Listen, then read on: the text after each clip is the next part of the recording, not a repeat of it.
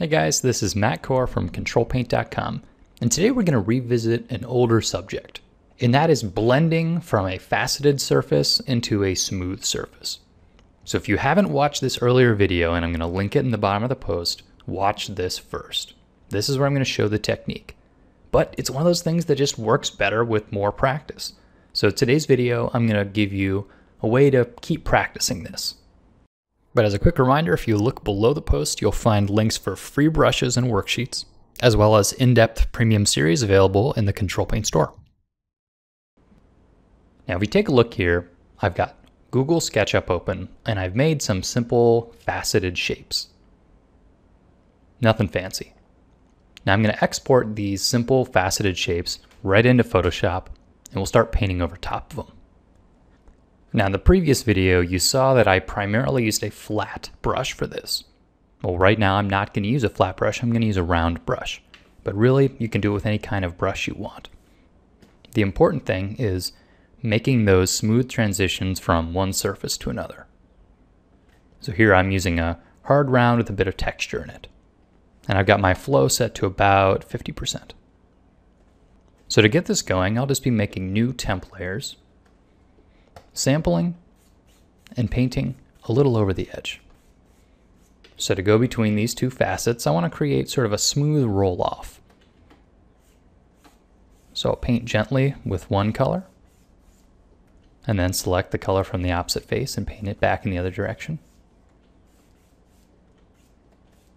And what I get is sort of a nice middle transition. Pretty quickly that looks much more organic and realistic than it did when it came out of SketchUp with that hard line drawn there. And how you want to transition between these faces is up to you. Let's say I want to make a much more gradual slope between these next two faces. Well, this might actually be better with a airbrush. So here I'm going to make almost like a ski slope down here. I've made a new layer, and I'm painting in the same process, although this time I'm doing a much more gradual transition. It's going to take a further amount of distance to transition from one plane into the next.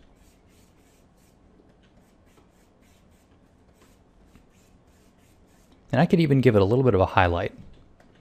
So I'll select the color there, move it a little up in value, and paint that in there. And I'll merge all those layers together and mask away what I don't want.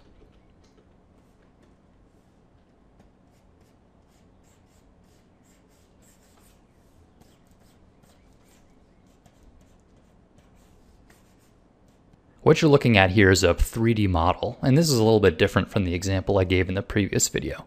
But when you have circles inside of a 3D model, sometimes they come out more like 10 or 12-sided faces. And probably your painting doesn't want to have that in it. So it's a good idea to get rid of those sorts of obvious faceting. And you can do that in the same way. Just sample and paint.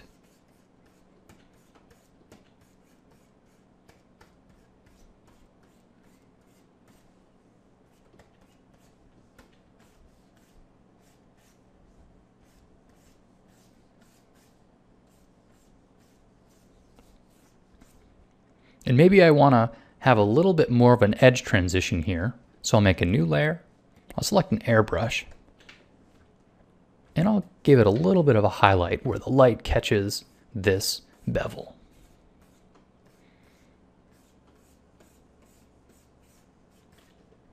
Erasing away what I don't want. So here you can see with just a few minutes of blending and smoothing, I've taken a pretty rigid object and smoothed it out a bit. In a way, I'm sort of mentally sculpting, giving it a different shape than it had originally. But all the values that I put in place were based off of ones that were already there in the initial render. So I'm going to attach this image at the bottom of the post, and you can try smoothing out the rest of it yourself. And really, you saw that what I made was just simple shapes inside of SketchUp. So if you've got SketchUp, make your own. This sort of blending is incredibly important, so give it some extra practice. Have fun, guys. Thanks for watching. One of the most common problems faced by painters is material identification. For instance, what are these balls? Without scale reference or context, all the viewer has to go on is the way that the materials reflect light. So in this video, I'm going to explain the importance of glossiness, where to look for it, and I'll suggest an exercise that'll help you hone your eye. But as a quick reminder, if you look below the post, you'll find links for free brushes and worksheets, as well as in-depth premium series available in the Control Paint store. So if you guessed that these are both photos of ping pong balls, you'd be halfway right. I actually cheated a bit and hid one important component of the image on the left, so I'll now reveal it. There I edited out the glossy highlight, and in doing so, made it look very similar to the actual ping pong ball on the right. So this glossy or specular highlight can help you identify the proper surface. Let's take a look at some construction materials. You could describe concrete, tile, and granite as all sort of rocky in texture. But when you see them here at a steep angle, their glossy highlights tell a different story. When I hide the color information and make it a grayscale image, it'll become even more evident. See how much sharper the glossy highlight is on those polished materials? Whereas the ceramic tile has a much softer transition from the highlight to the midtone. Also, notice how the polished concrete has sort of a medium scale rippling across the surface? Well, you can actually only see this detail where the glossy highlight describes it. So in that way, a glossy highlight is incredibly important to showing off the form. Because if all you could see of this polished concrete was the bottom third of the image, it would look rather flat. So let's take a quick look at the forces that are causing this variation. So the diagram I've drawn here is not drawn to scale. Where you see the light coming out of a light source, bouncing off the surface and into the viewer's eye, the surface is actually zoomed in 1,000%, like you're looking through a microscope. So what you see here with the polished material is that it's generally flat.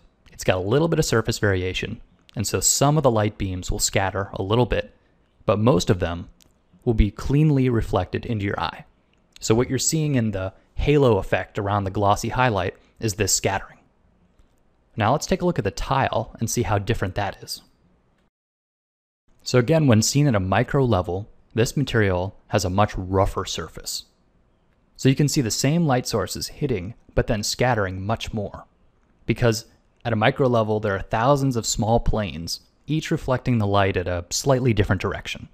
So the result is the smoother fall off the highlight, creating the soft, diffused specularity. So when it comes to painting, the characteristics of your glossy highlights can make a profound difference. So here I copied a simple gray ball 5 times, and then painted a different glossy highlight on each. So everything else about them is identical. But despite this, each indicates a different material, and your brain goes a long way to fill in the rest of the information. So when it comes to realistic surfaces, there's a lot more than simply painting glossy highlights, but it's a really great place to start. To practice this, try making your own sphere studies. So grab a variety of photo references of all sorts of different materials, from very flat to very shiny, make them black and white, and then on each sphere, simply try and reproduce the glossiness seen in each photo. So you don't have to worry about any of the rest of the texture, just the glossy highlight. So this sort of study is a fantastic way to analyze texture and to train your eye to see critically.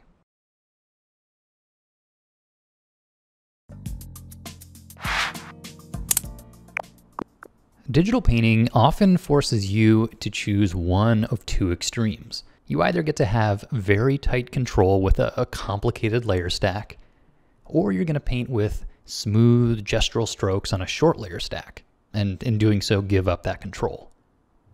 Well, the Edge Control Premium Series explores a technique that gives you the best of both worlds.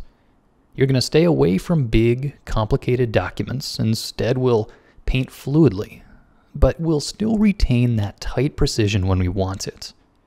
To try out all these new techniques, I've included some worksheets as well as a sample illustration, so you can go ahead and follow along with the videos. So to find out how to keep the precision but ditch that layer stack, head on over to the Control Paint store today.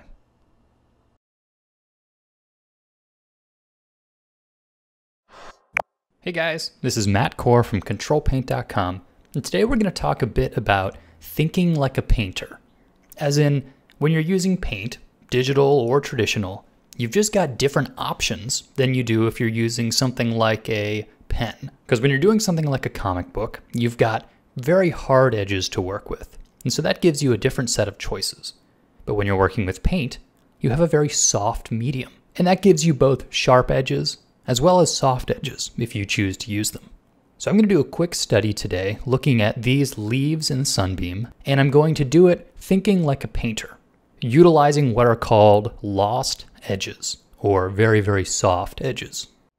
But as a quick reminder, if you look below the post, you'll find links for free brushes and worksheets, as well as in-depth premium series available in the Control Paint store.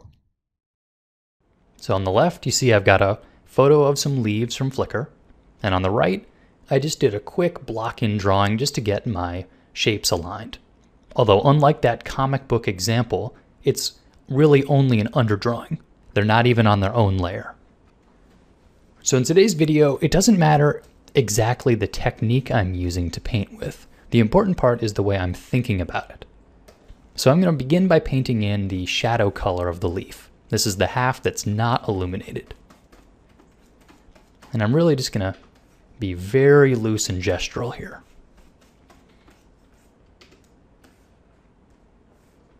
Now I'm going to paint in the illuminated half. And you can tell I've made some color swatches ahead of time to help me get my colors straight.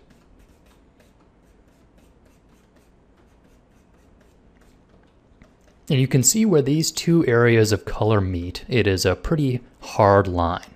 That's the hard edge of the illuminated area. And I could also give some information about the shape of this leaf. So I'll zoom in a bit here and give it sort of a jagged edge, because that's the way the leaf looks. And I'm using the eraser to define this.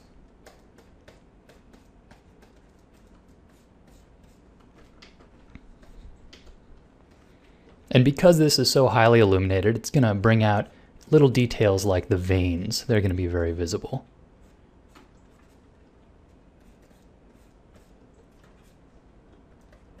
And I could detail in this way for a while, but the idea is that this area that's starkly illuminated is going to have a lot more information. And that's going to lead to very hard edges. Well, now if you look at this bottom half of the leaf, you can certainly tell that it's there, but it doesn't need to be terribly sharp. And here's where the lost edge idea comes in. There is almost no sharpness at all on this edge. In fact, I could make it even more lost if I wanted. So what this means is I'm really blending from the background into the foreground, which is the shadowy part of the leaf, allowing it to really be a soft transition. But here where it's illuminated, it's a much sharper transition. So I paused the video and I've gone ahead and finished out the sketch. And when you look at it, it's obvious that this is leaves in a sunbeam. And really, your brain is doing way more work than I ever did with the painting, because those shadow areas of the leaves have essentially zero detail in them. I'm reserving my detail and my sharpness for the illuminated areas. And what that does is it sort of activates the painting. And if you zoom in here, you can see that there's really not much going on in these shadow shapes. There's a lot of lost edges. And then I have some nice sharpness on the edges that are illuminated. And this is something that's only possible with paint. And what I'm doing here is I'm leaving a little mystery. And it doesn't seem like that actively, but when the viewer is given an opportunity to use their imagination to fill in the cracks, they will, and they enjoy it. So no matter how you actually paint this effect, the important takeaway here is thinking like a painter. Because if I were to draw this same image in a comic panel, it would have a very different look. I would have a different set of options made possible by the pen. But the paint allows me to give an entirely different range of marks for the edges. And so it's great sometimes to let some of them fade off into nothing. Don't worry about complete sharpness in your entire painting. So go give this a try. Go lose some edges. Have fun, and thanks for watching, guys.